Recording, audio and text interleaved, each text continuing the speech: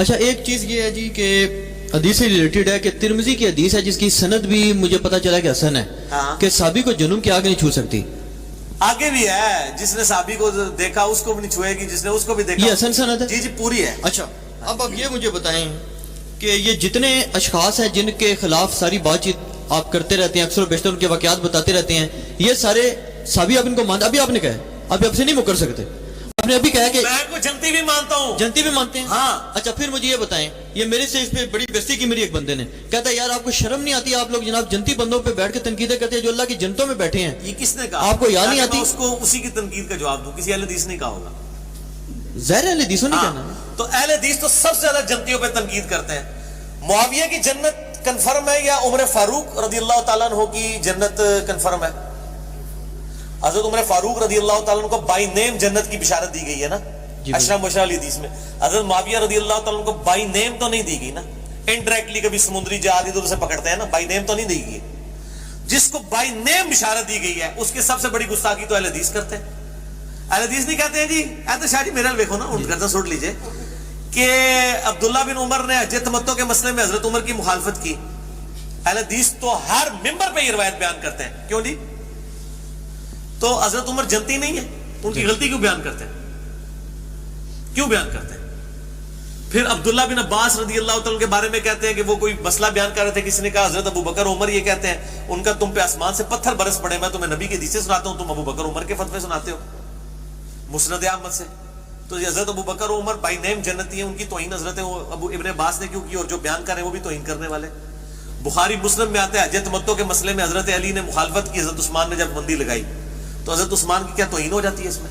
جب سنت کی اسٹیبلشمنٹ کی بات ہوتی ہے توہین اس وقت ہوگی جب انجینئر محمد علی مرزا ورسز حضرت معاویہ رضی اللہ تعالیٰ عنہ ہوں گے.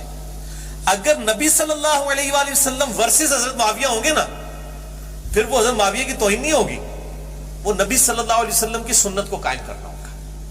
میں نے بار بار کہا کہ میری مجھ نہیں کسی نے کھولی. دین کے مسئلے میں جب اہل حدیث ڈسکس کرتے ہیں حج تمتع کا مسئلہ, ابن عمر کی مخالفت, ہم کتنے ناہنجار ہوں گے کہ ہم کہیں کہ حضرت عمر کی توہین کر رہے ہیں.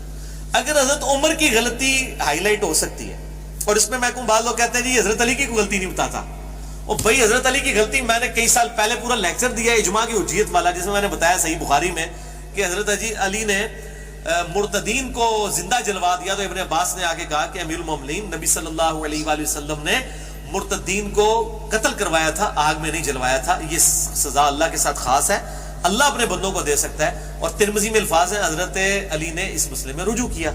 تو غلطی تو کسی سے بھی ہو سکتی ہے, توہین تو نہیں ہو سکتی اس مسئلے میں اس کی غلطی کو پوائنٹ آؤٹ کرنا.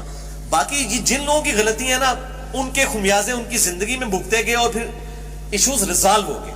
حضرت معاویہ رضی اللہ تعالیٰ کی غلطیوں کا خمیازہ آج تک امت بھگت رہی ہے, اس لیے وہ ڈسکس بھی ہو رہے ہیں. ٹھیک ہے نا جی, اور وہ ڈسکس ہو رہے ہیں بخاری مسلم کی حدیث کی روشنی میں. یعنی ہم نے گھر بیٹھ کے, میں نے کوئی ان کی خفیہ ویڈیو جو ہے وہ ویب کیم کے ذریعے بنا کے تو میں نے نہیں ریلیز کی ہے, میں نے بخاری مسلم سے حدیث بیان کی ہیں. اور وہ اگر کسی کو اعتراض ہے تو بخاری مسلم کے اوپر فتویٰ لگائے.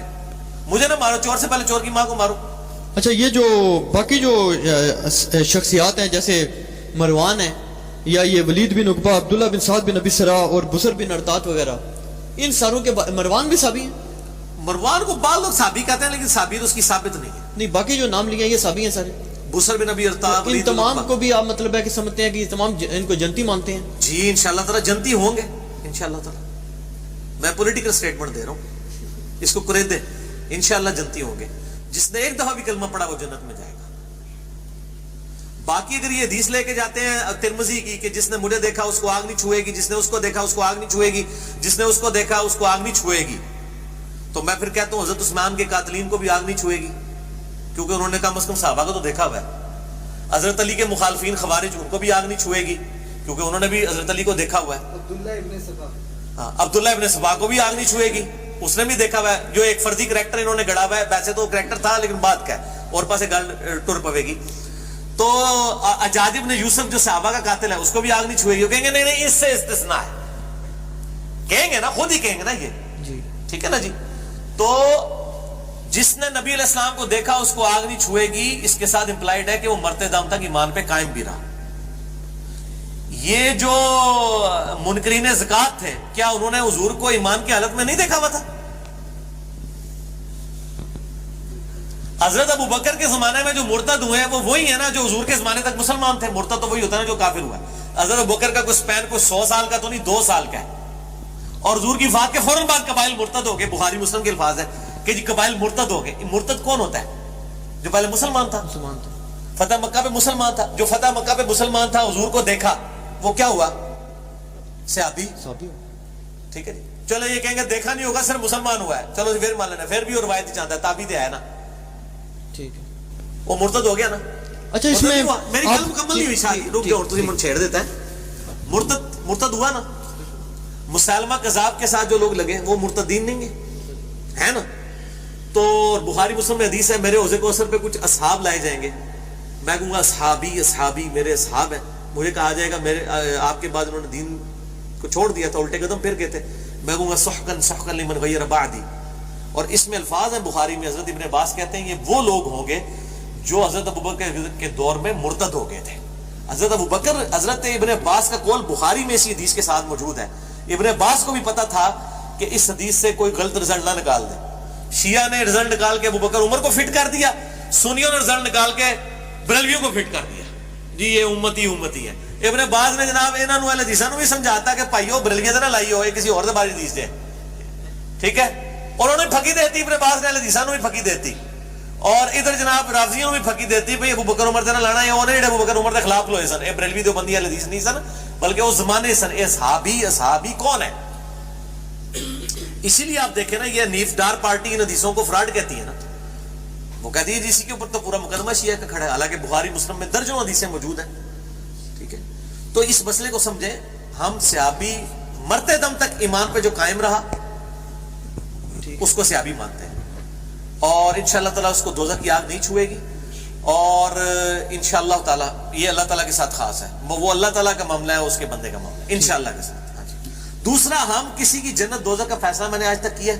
میں تو آج پھر ویڈیو میں کہتا ہوں کہ یزید کو بھی اللہ نے معاف کیا, جنت میں جائے گا. میری باجت نہیں کھولی انہیں. ہم تو دین کے اوپر جو ظلم ڈھایا گیا, دین کو بدلا گیا, صدقہ فطر کو بدل دیا گیا, نمازوں کے اوقات کو بدل دیا گیا بنو امیہ کے دور کے اندر. ٹھیک ہے جی, حضرت علی کے اوپر ممبروں پہ لعنتیں کی گئی. بخاری مسلم میں آتا ہے انہوں نے عید کا خطبہ جو ہے وہ نماز سے پہلے شروع کروا دیا. جو دین کے اوپر انہوں نے ظلم ڈھائے ہیں, ہم تو ان کے اوپر رونا. چلے وہ تو آگے آ جائے گا. ہاں, ہم نے تو کسی تو ذاتی دشمنی تو کسی سے بھی نہیں. اس میں یہ تھا نا کہ یہ جو, بلکہ میرے ذہن میں اب اس کا نام نہیں آ رہا, وہ جو آپ نے بات کی نا کہ اس طرح, تو وہ بھی اس میں کیٹیگری میں فال کاٹ جاتے ہیں کہ اگر اس نے اس کو دیکھا تو جنم حرام ہے, اس کو دیکھا تو جنم حرام ہے. وہ جو پچھلے دنوں ایک شیعوں کی کتاب کا آپ نے حوالہ بھی دیا تھا, وہ جس کی بنیاد پہ کہتے ہیں سارا وہ جھگڑا اور فساد کی وہ پوری کہانی بنائی گئی ہے. وہ بھی میرے خیال ہے تابعی ہے شاید, جی حضرت علی کا میرے خیال سے تابعی ہے. تو وہ بھی پھر اس میں کیٹیگری میں فال کر گیا. ہاں نہیں, سارے کذاب راوی جنہوں نے حدیثیں گھڑی ہیں وہ تابعین ہیں. سرکار حدیثیں کس ٹائم گھڑی گئی ہیں؟ صحیح مسلم کا مقدمہ پڑھیں. امام مسلم کہتے ہیں حضرت عبداللہ ابن عباس سے, ان کو کسی نے آگے کہا کہ میں آپ کو ایک حدیث سناتا ہوں. ان کا ٹھیک ہے سناؤ. پھر وہ جب چلا گیا تو حضرت عبداللہ ابن عباس نے کہا ایک وہ زمانہ تھا جب ہمیں کوئی حدیث سناتا تھا ہم بڑے متوجہ ہو کے سنتے تھے, اب ہمیں کوئی حدیث سنتا ہے تو ہم ذرا کیجول لے کے سنتے ہیں, اور ہم تصدیق اسی وقت کرتے ہیں جب ہم نے خود بھی وہ سن رکھی ہو, کیونکہ اب لوگ حدیثیں گھڑنا شروع ہو گئے. اور سیدنا ابن عباس کا ہی قول صحیح مسلم کے مقدمے میں ہے. ان کے سامنے حضرت علی کے کچھ فتاوا لائے گئے. انہوں نے کہا اللہ کی قسم یہ ابن ابی طالب کے فتاوا نہیں ہے, اگر یہ فتوے علی ابن ابی طالب نے دیے ہوتے تو وہ گمراہ ہو گیا ہوتا. اللہ کی قسم انہوں نے ایک بڑا قیمتی علم ضائع کر دیا. حضرت علی کے فتوے ان کی زندگی کے فوراً بعد تبدیل کر دیے گئے, اور ابن عباس ان کا گھر کا گواہ کہہ رہا ہے کہ فتوے بدل دیے. اس کا کیا حوالہ دیا آپ نے؟ صحیح مسلم کا مقدمہ. اچھا جی, میں نے پورا لیکچر مسئلہ 36 دیا ہے, صحیح مسلم کے مقدمے میں موجود ہے. امام مسلم کہتے ہیں 100 ایسے تابعین تھے جن کے نیک ہونے پہ اتفاق تھا, اور اس میں بھی اتفاق تھا کہ ان سے حدیث نہیں لی جائے گی. ٹھیک ہے, حدیث کے معاملے میں زیرو ہے. ٹھیک ہے. اچھا یہ بتائیں تو تابعین سے بڑا تو قذاب ہی کوئی نہیں ہے. ساری جھوٹی حدیثیں تابعین نے گھڑی ہیں. خوارج سارے تابعین ہیں. خوارج کون ہے؟ ایمان کی حالت میں انہوں نے دیکھا نا, ان کی تکفیر تو ہم خوارج کی نہیں کرتے نا, اہل بدعت میں ان کو کہتے ہیں. تو یہ سارے تو قذاب, تابعین میں تو سارے بڑے قذاب پیدا ہوئے ہیں. تابعین کے اوپر تو جرح کی گئی ہے.